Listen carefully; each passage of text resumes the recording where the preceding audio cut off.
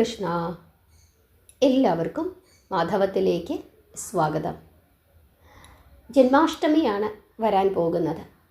2025 September മാസം 14-ാം തീയതിയാണ് നമ്മൾ മലയാളികൾ ജന്മാഷ്ടമിയായി ആചരിക്കുന്നത്. എന്നാൽ ഉത്തരേന്ത്യയിലൊക്കെ കഴിഞ്ഞ മാസമേ ജന്മാഷ്ടമി ആഘോഷിച്ച് കഴിഞ്ഞിരിക്കുന്നു. ഓഗസ്റ്റ് മാസം അവർ ജന്മാഷ്ടമിയായി ആചരിച്ചു. പക്ഷേ നമ്മൾ മലയാളികൾ ചിങ്ങമാസത്തിലെ അഷ്ടമി തിഥി അന്നാണ് ഭഗവാൻ ജനിച്ചത് എന്നുള്ള ആ വിശ്വാസത്തിൻ്റെ പുറത്ത് നമ്മൾ ഈ 14-ാം തീയതിയാണ് ജന്മാഷ്ടമിയായി ആചരിക്കുന്നത്. ഭഗവാന്റെ ജനനമാണ്. ഭഗവാന്റെ ജനനത്തോടു കൂടി എന്താണ് സംഭവിക്കുന്നത്? ഒരു പുതിയ ജീവിതം എല്ലാവർക്കും കിട്ടുകയാണ്. യശോദയ്ക്ക് പുതിയൊരു ജീവിതം കിട്ടുന്നു, നന്ദഗോപർക്ക് പുതിയൊരു ജീവിതം കിട്ടുന്നു, വസുദേവർക്കും ദേവകിക്കും പുതിയ ജീവിതങ്ങൾ ഉണ്ടാകുന്നു, കംസന് മോക്ഷം ലഭിക്കുന്നു, ഗോപസ്ത്രീകൾ ഗോപികമാരും ഗോപന്മാരും ലോകത്തിലെ ഏറ്റവും വലിയ ഭക്തരായി മാറുന്നു, പാണ്ഡവർക്ക് ഒരു അഭയകേന്ദ്രം രക്ഷാസ്ഥാനത്ത് ഭഗവാൻ ഉണ്ടാകുന്നു. അതായത് പുതിയൊരു ലോകം തന്നെ അവിടെ സൃഷ്ടിക്കുന്നു. ധാരാളം ഭക്തർക്ക് രക്ഷകനായും ദുഷ്ടന്മാർക്ക് പേടി സ്വപ്നമായും ഭഗവാൻ ജനിക്കുകയാണ്. അതുകൊണ്ട് തന്നെ നമ്മളെല്ലാവരും വിശ്വസിക്കുക, നമ്മുടെ ജീവിതത്തിലേക്ക്, നമ്മുടെ വീട്ടിലേക്ക് ഒരു പുതിയ ഉണ്ണി വരുന്നു. ആ ഉണ്ണി നമ്മുടെ ജീവിതത്തിൽ വലിയ മാറ്റങ്ങൾ കൊണ്ടുവരുമെന്ന് വിശ്വസിക്കുക. ഇന്നു മുതൽ ആ ഉണ്ണിയുടെ ജനനത്തിനായി നിങ്ങൾ ഓരോരുത്തരും പ്രാർത്ഥനയോടുകൂടി കാത്തിരിക്കുക. ഇനി എല്ലാവരും തന്നെ അഷ്ടമി രോഹിണി ദിവസം സാധാരണ നമ്മൾ മലയാളികൾ എന്താണ് ചെയ്യുന്നത്? നമ്മുടെ തൊട്ടടുത്തുള്ള ക്ഷേത്രങ്ങളിൽ രാവിലെ പോകും, നമ്മൾ തൊഴും. മിക്ക കൃഷ്ണക്ഷേത്രങ്ങളിലും ശ്രീകൃഷ്ണ ക്ഷേത്രങ്ങളിലും എന്ത് കാണും? ഉച്ചയ്ക്ക് അഷ്ടമി രോഹിണി സദ്യ കാണും.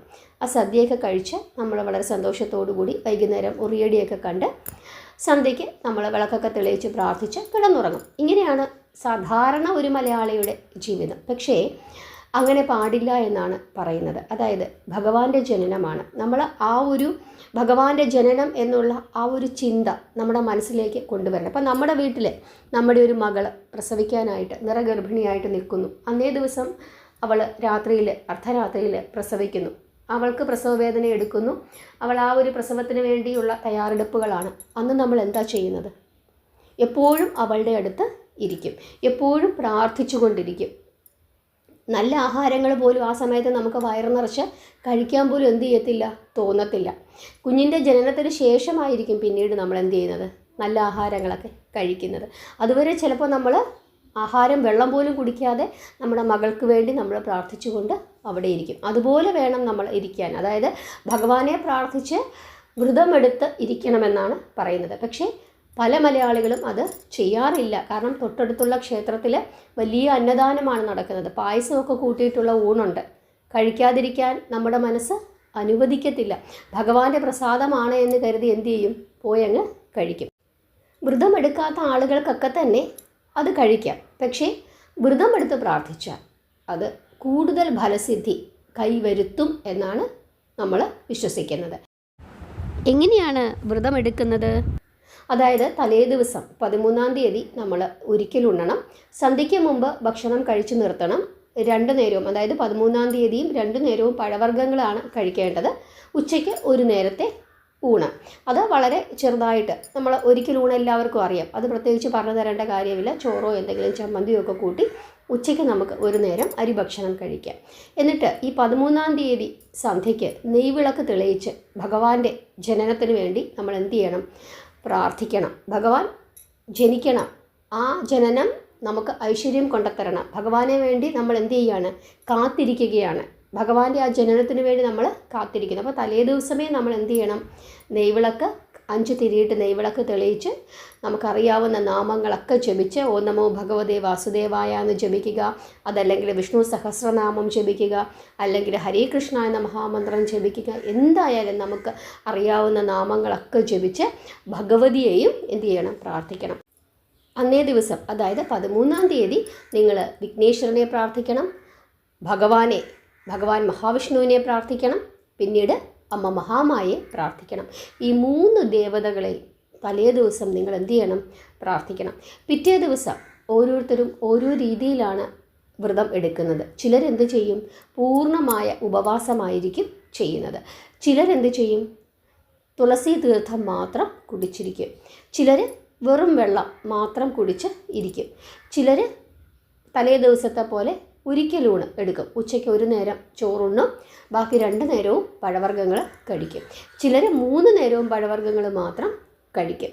നമ്മുടെ ഇഷ്ടം എങ്ങനെയാണോ നമുക്ക് സാധിക്കുന്നത് അതനുസരിച്ചിട്ട്, കാരണം മരുന്ന് കഴിക്കുന്ന ആളുകൾ കാണും, അസുഖങ്ങളുള്ള ആളുകൾ കാണും, അങ്ങനെ പല രീതിയിലുള്ള ആളുകൾ കാണും. അപ്പോൾ അവരുടെ ആരോഗ്യസ്ഥിതിയും അവരുടെ സാഹചര്യവും അനുസരിച്ചിട്ട് അവരുടെ വ്രതം അവർ നിശ്ചയിക്കുക.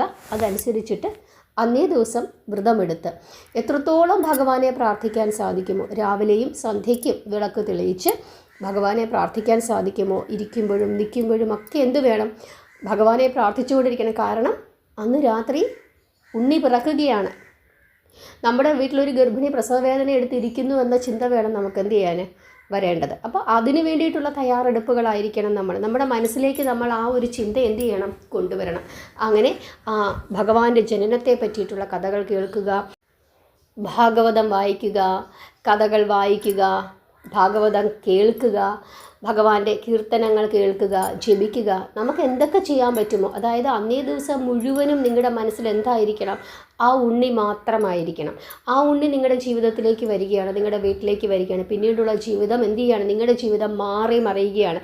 പിന്നീട് നിങ്ങൾക്ക് കാവലായി, നിങ്ങളുടെ ജീവിതത്തിൽ ഒരു താങ്ങായി, നിങ്ങൾക്ക് ആശ്വാസമായി ആ ഉണ്ണി നിങ്ങളുടെ കൂടെ ഉണ്ടാകുമെന്ന് നിങ്ങൾ ഓരോരുത്തരും മുറുക്കെ വിശ്വസിക്കണം. അങ്ങനെ വേണം നമ്മൾ മുമ്പോട്ട് പോകാനായിട്ട്. കാരണം ആ കുഞ്ഞ് നിങ്ങളുടെ ജീവിതത്തിൽ നല്ലത് കൊണ്ടുതരുന്നതിന് വേണ്ടിയിട്ടാണ് ജനിക്കുന്നത്. നിങ്ങൾക്കൊരു പുതിയ കൂട്ടുണ്ടാവുകയാണ്. നിങ്ങളുടെ സന്തോഷങ്ങൾ പങ്കിടുന്നതിനായിട്ട്, നിങ്ങളുടെ ദുഃഖങ്ങൾ നിങ്ങൾക്ക് പറയുന്നതിനായിട്ട് നിങ്ങൾക്ക് ഒരു കൂട്ടുണ്ടാവുകയാണ് എന്ന് നിങ്ങൾ എന്ത് ചെയ്യുക, ചിന്തിക്കുക. അങ്ങനെ ചിന്തിച്ചാൽ, നിങ്ങൾ ഒരു ദിവസം ഭഗവാനെ പറ്റി ചിന്തിച്ചാൽ 1000 ദിവസം ഭഗവാൻ നിങ്ങളെപ്പറ്റി ചിന്തിക്കും. കാരണം അത്രയ്ക്ക് ഭക്തവത്സലനാണ് ഭഗവാൻ.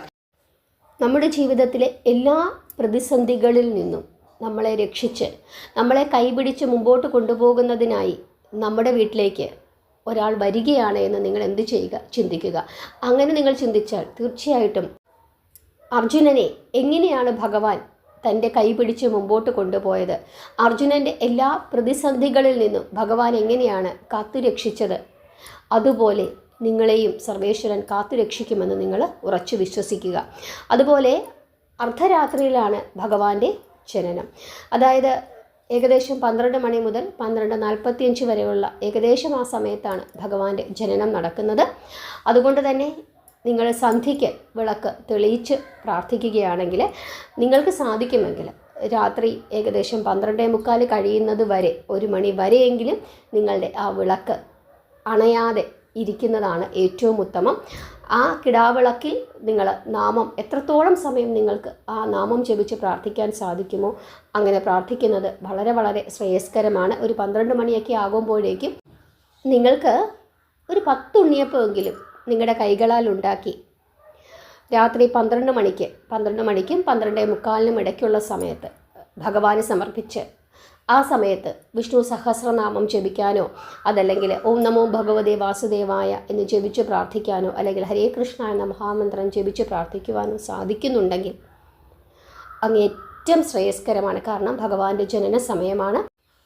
അർദ്ധരാത്രിയിലെ ഈ ജനനം നമ്മുടെ ജീവിതത്തിൽ ഐശ്വര്യങ്ങൾ കൊണ്ടുതരും എന്ന് ഉറച്ചു വിശ്വസിക്കുക. നിങ്ങൾക്ക് എത്ര സമയം നാമം ജപിക്കാൻ സാധിക്കുന്നു അത്രയും സമയം നാമം ജപിക്കുക.